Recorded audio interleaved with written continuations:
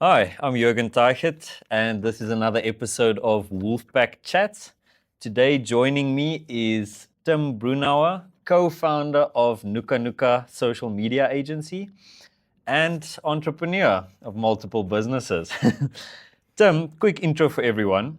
Who are you? What's Nuka Nuka? And where did the name even come from?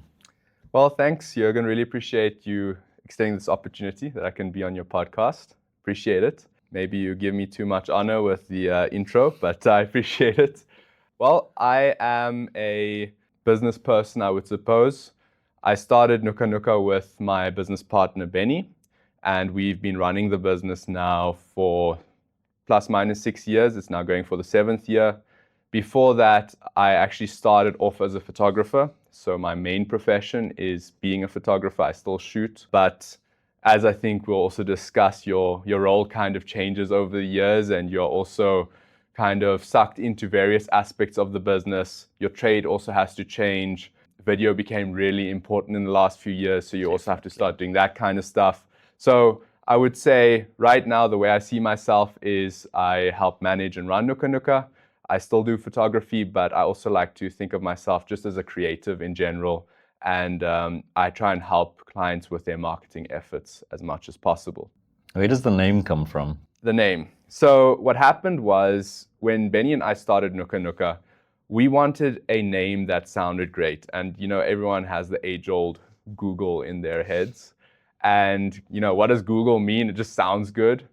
But with Nuka Nuka, we wanted a name that resonates with locals. We wanted the business to be local. We're both Namibian.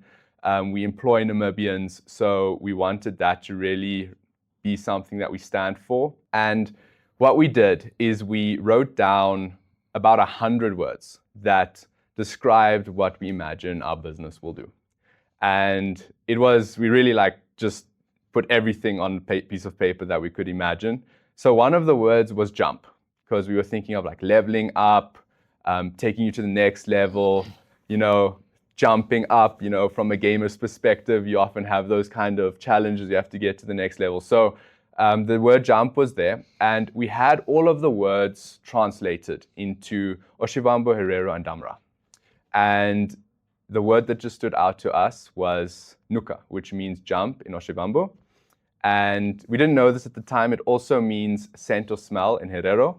So sometimes we get a little bit of, questioning of what it means. But essentially, Nuka Nuka just means jump, jump in Oshivambo to us. And initially, our logo also had a little jumping man. And that's really where the name came from. And when we were putting it together, we just liked the way that it looked. I'm a big advocate for symmetry. It's just the kind of person I am. So I like the two names, also the way the logo looked with the two names or the two words, and that's why it's Nuka Nuka. Okay. You mentioned co-founding the business. Yes. How's it like starting a business with a business partner rather than solo? Does it bring its own challenges, or is it amazing? That is a very good question. And I can tell you, I would have never been able to be here now without a co-founder. And I can also say that the success of Nuka Nuka has largely been due to complementary skill sets, approaches, thinking between myself and Benny. I strongly believe that collaboration, whether it be directly in business or even as we are doing now, is one of the key aspects to true success. And there's a saying that it's lonely at the top, but I tend to disagree with that. Yes, if you have a very selfish approach to life, perhaps you can get there on your own, but it is something that I don't think you should strive for. And it's not lonely at the top if you take people with you. Exactly. And it's not something that you should really be proud of, in my opinion, to say, yeah, it's lonely at the top, So I would say that Nuka Nuka is what it is because it had two founders. And I'm very fortunate to have had Benny as my co-founder. Mm-hmm. That being said, I can see why it's risky doing it if you perhaps don't know who you're going into business with, or if you have different approaches to work ethic, work styles, thinking. So you have to be very selective with how you collaborate with somebody. And Benny and I were just very fortunate. I often tell people, we've been together in business for many years. We were actually friends before that. And I can quite honestly say that we've probably had a sum total of 5 disagreements between us, and we've never had a fight. So that shows you that we've always been relatively in tune, On the same and page. we've had 100% clarity as well as openness between us. We've never withheld anything. So I think that's also a big key, is that you are always open with your business partner, and that you make sure that what is on your mind and your feelings about a direction you want to take is completely understood, and that you then make the decision together.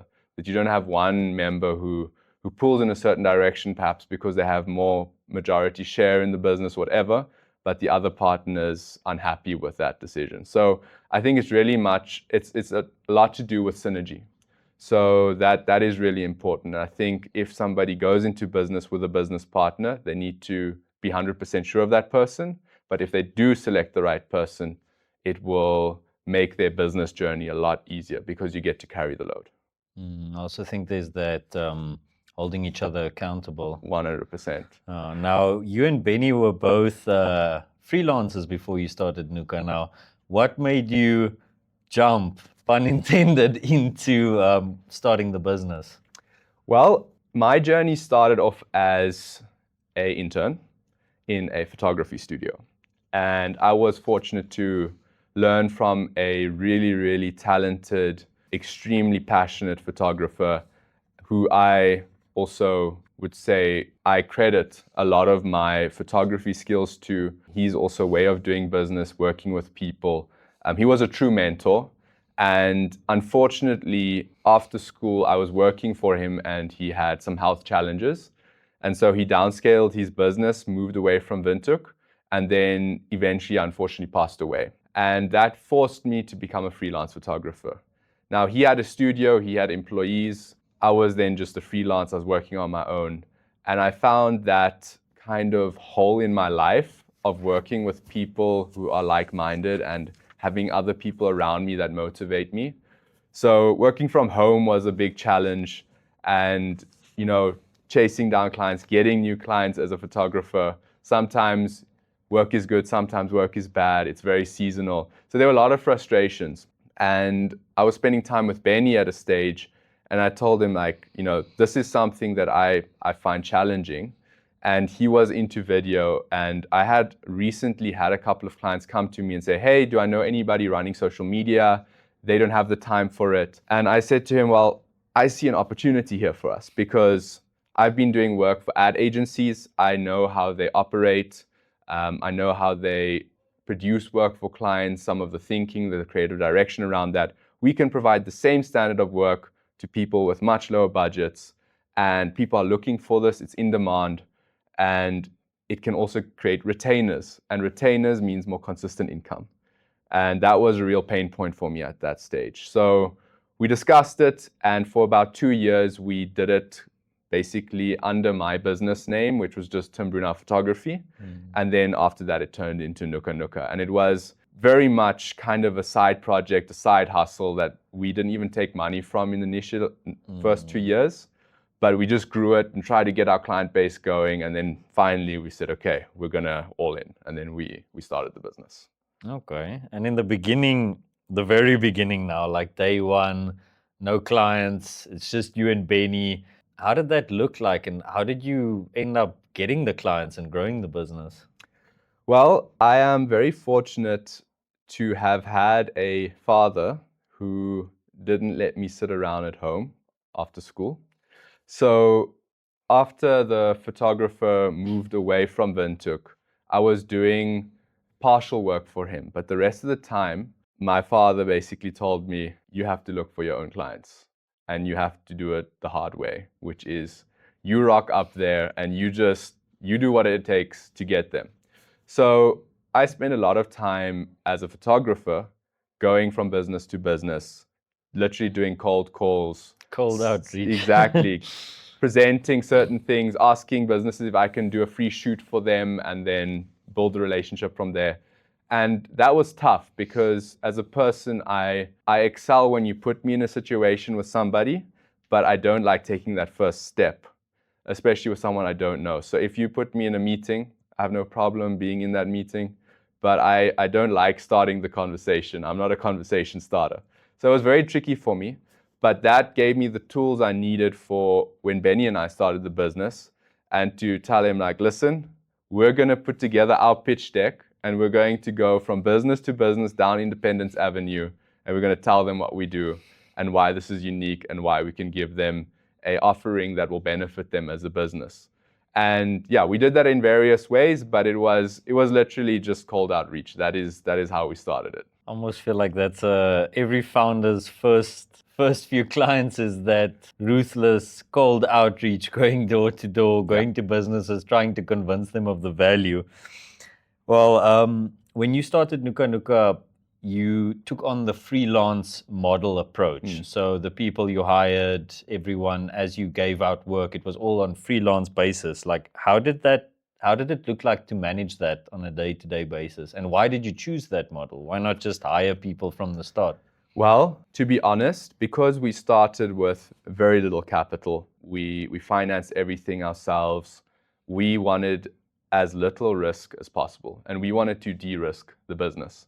That was one of the reasons we also started with it. It was a low-risk business. It was mostly skill-based, service-based, you spending your time. So initially, I mean, we didn't have an office. We worked from coffee shops. And the idea was, exactly, the idea was to bring people into our circle who bought into the idea. We could leverage their skill sets and provide them with more work without having to take on the burden of a full-time salary if a client would jump ship or you have a bad month. So that is how we initially approached it. But the secondary reason was the whole agile agency model was not something Namibia was used to at that point in time, but I felt was extremely valuable. One, I've always been an advocate for creatives working together and not siloing their business efforts. And two, the strength in numbers allows you to pitch for much bigger clients. So if you go in and you say you have a resource of freelancers with these skill sets that solve all of these problems for one client, they're much more likely to want to work with you because they like one point of contact. We found that a big pain point for many clients was having multiple service providers, managing them individually now versus working through an agency who does that for them but still gets the results probably quicker. Also make sure the standard is already vetted. So that was the reason why I thought the agile agency approach would work. And it really paid off for us because, kind of in a really crucial growth stage for the business, COVID came. And we were able to get through COVID because we had the agile agency approach. And the freelancers who were working with us, and not to say that we let them down now, they carried on working with us, but we didn't now have to carry the cost. And that would have sunk the business because we did have a couple of rough months in COVID, but I think everyone made it through because of the approach that we took. Yeah. I mean, it distributes the risk, and also feel sometimes with freelancers, they feel the work is more valuable because they work, they pay. Yeah. So it's not like employees where, whether they work or not, they're probably going to get paid, especially in those large corporate businesses. Very nice. And exactly. Something that I didn't answer now, but you asked me what it was like managing that initially. And you see the upsides, but there are definitely challenges. So you need to make sure you encourage the freelancers you work with to have the same work ethic you do. And that is sometimes a challenge. You have that detach where you promise to deliver a certain way. You have a way of delivering your work, but then you're working with independent individuals who you commission to do work for you. And sometimes you think money is the biggest motivator. Well, in my experience, it's not. You can put the best offer on a plate for somebody. If they don't have good work ethic, they can let you down. And that has happened before. So what we learned from that, and one of the challenges we had to overcome, was understanding that just because you're hiring a freelancer doesn't mean that they are going to be as motivated to you to execute the project. So you do need to come in a bit more from a management level and put on that hat of, I'm not just the photographer on the project doing the shoot and I'm delivering the images to the layout designer or the graphic designer. Sometimes you also then have to project manage. And that is a learning curve. And that is a big kind of thing that was not something we were used to, but we had to adapt as we went on. Now that's very interesting that you say that. I think we all, as entrepreneurs, experience some degree of what you just mentioned. In the beginning, you mentioned that when you started, you were looking at what's happening in the market, people were approaching you for social media, and you thought, I can do better than that and more affordable. What's changed in your pricing thinking, starting like that to where you are now? How does your thinking about price now affect the business? So I have come to a conclusion, being in the social media space, that there are two models that would work really well. If you are an individual who is a social media specialist, who is a bit of a jack of all trades, you can learn the fundamental basics of videography, graphic design, bit of photography, and you understand how to actually implement good marketing strategy. You can be a very useful tool to a select amount of businesses, and you can go in with a relatively affordable offer for them and make very decent money for yourself. However, I would say if you pass the threshold of 10 clients, it becomes a lot to manage as a single person. That's where the agency approach comes in. You can handle a lot more clients. However, the pricing model breaks. So initially how we started off the business when Benny and I started is we did everything. We were the social media managers. We were the graphic designers. We were the videographers. And what we charged clients then actually was working for us. We were happy with what we were getting paid. We came in at a very competitive price, but wanting to build an agency from there was not viable based on our pricing structure. And that is because as an agency operation, you have a lot more overheads. Just because of the multiple levels of oversight, that time needs to be paid for additionally. You have additional resources that you need to cover or facilitate, but those are all costs that you have to cover.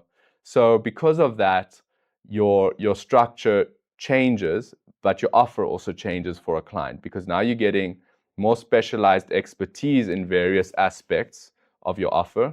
And they don't come cheap. But it don't come cheap. So that is something that you have to learn as you grow your business. But I think your objective will help you determine that. And that's why I think it's always such a challenge for small agencies or people just starting off, because you often shoot yourself in the foot. You start off competitively priced and it kind of works for you while you've got a hat or multiple hats on. But as soon as you start employing other people, you soon see like this model is not sustainable and your time gets sucked up, but you're not actually billing for it anymore.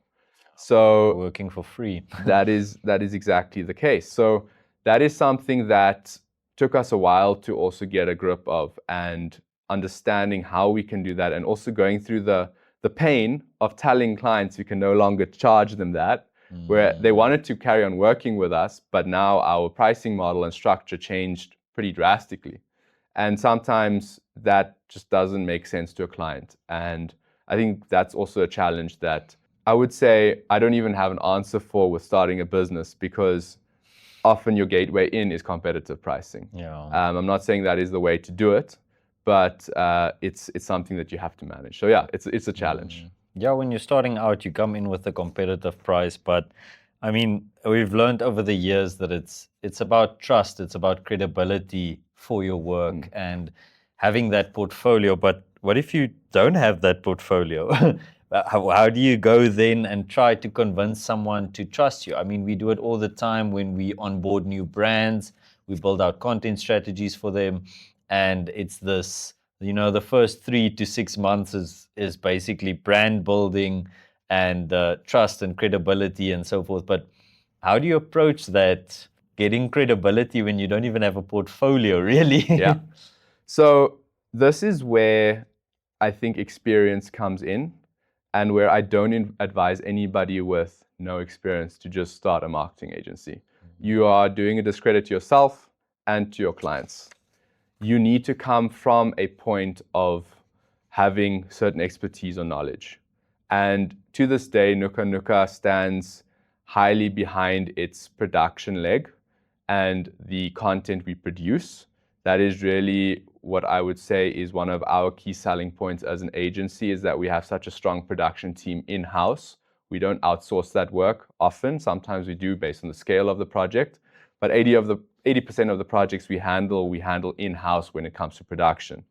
Now, when we started our agency as well, Benny and I, a large amount of that came from the credibility we had in terms of our photography and video portfolio work.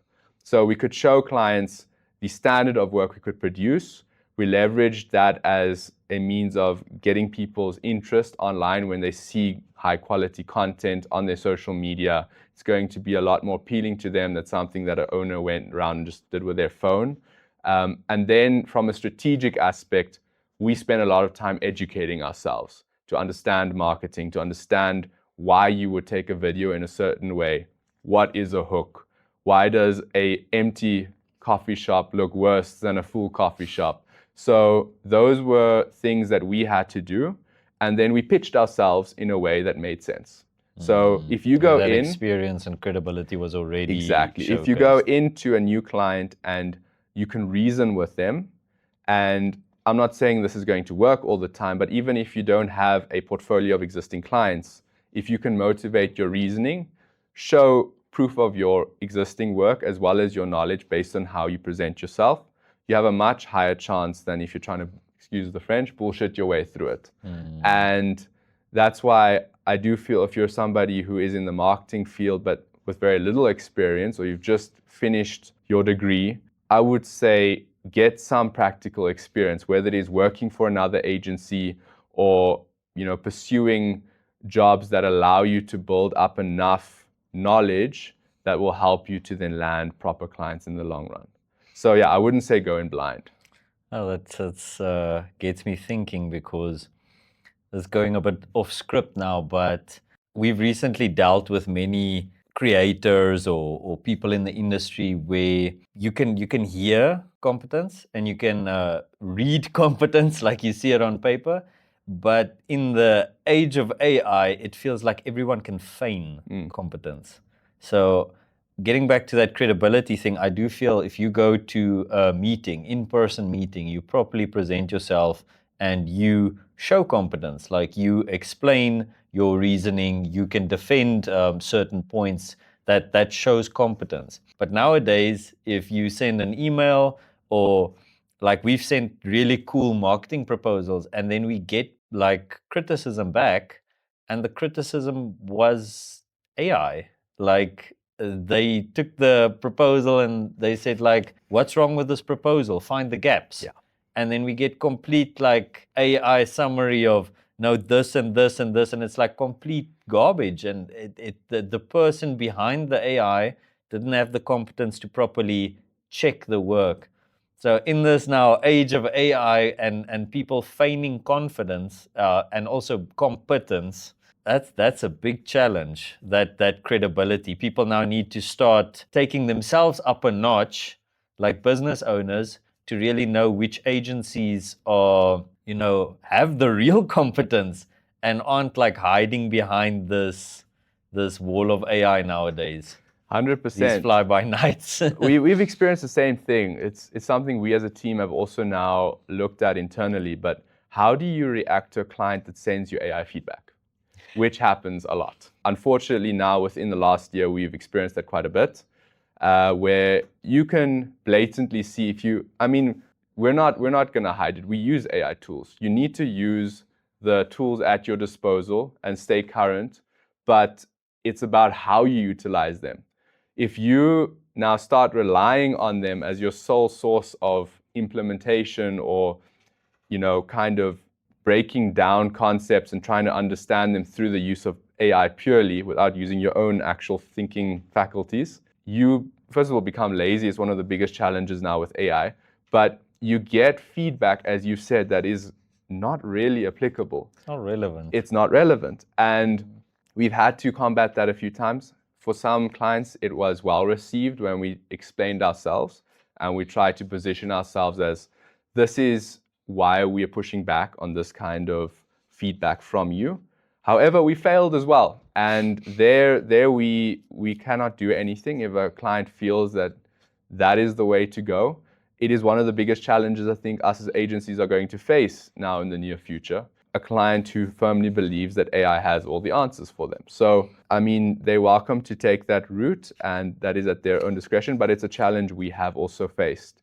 But I do believe, especially in Namibia, face-to-face interaction is still something that is going to help motivate your skill set, showcase why you are a professional, why clients should be working with you, and it builds that actual trust. Whereas anybody can be a keyboard warrior nowadays, anyone can go onto ChatGPT and ask for a proper proposal. But the people who use the platforms and the systems will quickly also identify that. And it's easier done nowadays. Like people think, oh, M dashes, that's how we identify AI. Yeah. No, I mean, there's so much copywriting, there's specific words, exceptional, level up. It's not X, it's Y. Like you can immediately see if AI writes something. Yeah. And even if you tell it, write it naturally for me in a human tone, it'll still be littered with AI lingo. So people need to understand that even when you're using AI, you need to do it even more carefully, because 100%. people who are competent are going to pick up that you're doing that. Yes. Moving on, Nuka Nuka grew quite fast. And what does it feel like on the inside of an agency that's growing super fast? What's the emotions you experience, and how do you cope with a workload where there's capacity issues? So I think to unpack that is quite a challenge, because I think when we started Nuka Nuka, we actually started quite conservatively, and we grew our agency relatively slowly. We always joke about it, but the same month we started an agency, another agency started. The difference was we started an agile agency. We had a few freelancers we were working with, very little capital input. And the other agency came out with a bang, massive opening. They flexed the $1.5 million worth of equipment that they bought, and that they're now going into all of this production and advertising work. And we still thought to ourselves, okay, let's see what's going to happen, because they took the exact opposite approach to us. High risk, high investment. I think they started off with 12 employees or something like that. And basically around year 4, they failed. And we looked at ourselves, and by that time we had probably caught up to about 8 freelancers that we were consistently working with. Our agency had grown. We were by no means even where they were when they started off, but we were still running. And I think our approach has always been to scale as sustainably as possible. However, you do have those growth pains in phases where you have to work particularly hard. And we actually felt that most recently when we changed our model from being fully agile to being hybrid. So we felt the need that we had a core team of employees, and then we had our additional legs of freelancers that support that core team. The reason being accountability, availability, consistency. And when we went that route, initially we started off with 2 full-time employees, then getting a third one, making sure there's enough work to fully facilitate that person's salary, super difficult. Then going to 4 employees, 5 employees. So every time we added an employee, we felt a lot more pressure, whereas with an agile model, as the work comes in, you offload it. If there's no work, it's fine. Now, if you've got 5 employees, you need to make sure their salaries are covered, the business is still making money. So when it came to that pressure, I think we noticed that you need to have a lot more of that serious hustle, and that the people who you're employing are just as motivated as you. And I think that's where our business is a bit different from a massive corporate, where you just slot in, you're a number, you get your little list of things you need to do, and that's your job description. When you're part of essentially a startup, you have a lot more accountability that you have to put onto your employees, which is both very rewarding, both for them and us, but also it is an additional stress point, and I think an additional point of failure if you get it wrong. So you have to employ the right people. I think starting agile is the way to go. I mean, with all the free online tools there are today, with AI, starting where the business model basically funds itself as it gets clients, and it's just this reinvestment. There's no massive startup capital required. Obviously, there'll always be industries where startup capital and that all in is required. But I mean, we're fortunate in our industry, you can start very agile and build up and build up. But yeah, the Namibian marketing landscape, it's a different beast compared to that internationally. Where do you think Namibian businesses are right now when it comes to digital maturity? And do you think we're still in the early stages, or do you think we're starting to reach maturity? I think the younger the employees are, the more digitally savvy they are. However, I do find that within the marketing industry, there are a lot of people who went into marketing, in my opinion, I might get a lot of hate for this, because they thought it was easy. Marketing is not easy. And the actual impact of what you do, and this is something we as an agency often feel, is very, very big in the sense of you are held accountable a lot for the success of your client, sometimes too much. But that being said, when we work with people in the marketing industry, you have this divide. So you have business owners who rely on you as a marketing agency to fix their business. Marketing can't fix a broken business. And you That's can't the do video that. I just recently filmed. You can't do that. But then you also have those who are too passive about marketing and see it as, we can just do this with AI. We can just have somebody run around with a phone inside our business, capture this stuff, and we're going to be golden. So it's finding that fine balance. And I do feel that many Namibian businesses that don't have the direction or the influence of, let's say, businesses outside of Namibia, they struggle finding that balance. We obviously work with a lot of corporates, some of the big international corporates who have support from South Africa or elsewhere internationally. They're a lot more savvy. They understand what is required. They have certain expectations of their marketing teams. They employ very competent people. And we've also had the privilege of working with a lot of these individuals. But if you go into a SME or a, let's call it a family-run business, you often see a lot more of the challenges in terms of how marketing should be implemented properly.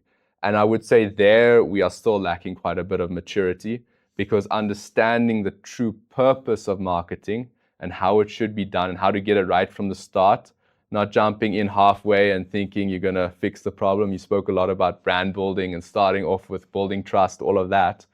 That understanding is still something that I think a lot of Namibian businesses are lacking. I do think over time we will be able to fix that, and I still think a lot of that also is on us to educate, help people understand better.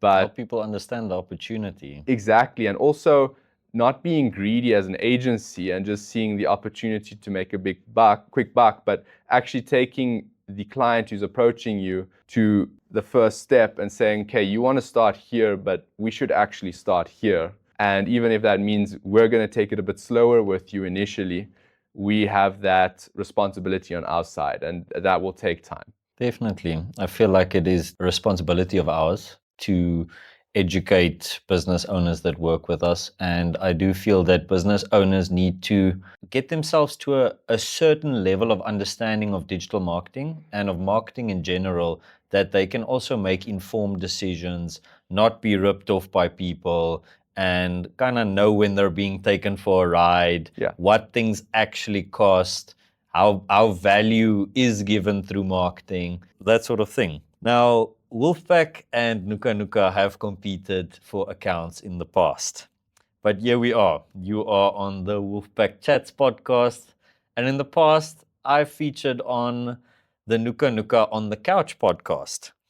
How do you feel about that age-old, in Namibia it's very prevalent, that age-old competition? We should be crushing each other. Your competitors mustn't know anything about each other. They mustn't know what you're doing, what you're up to, and you should always be one step ahead of them and that sort of thing. How do you feel about that? Do you think we've grown past that now, or do you think that's prevalent? Again, a complex question to answer. I don't think there's one true direct answer for that question. I would say, as I mentioned earlier in the podcast, I'm a big advocate for collaboration. And I think that competition is really good and healthy.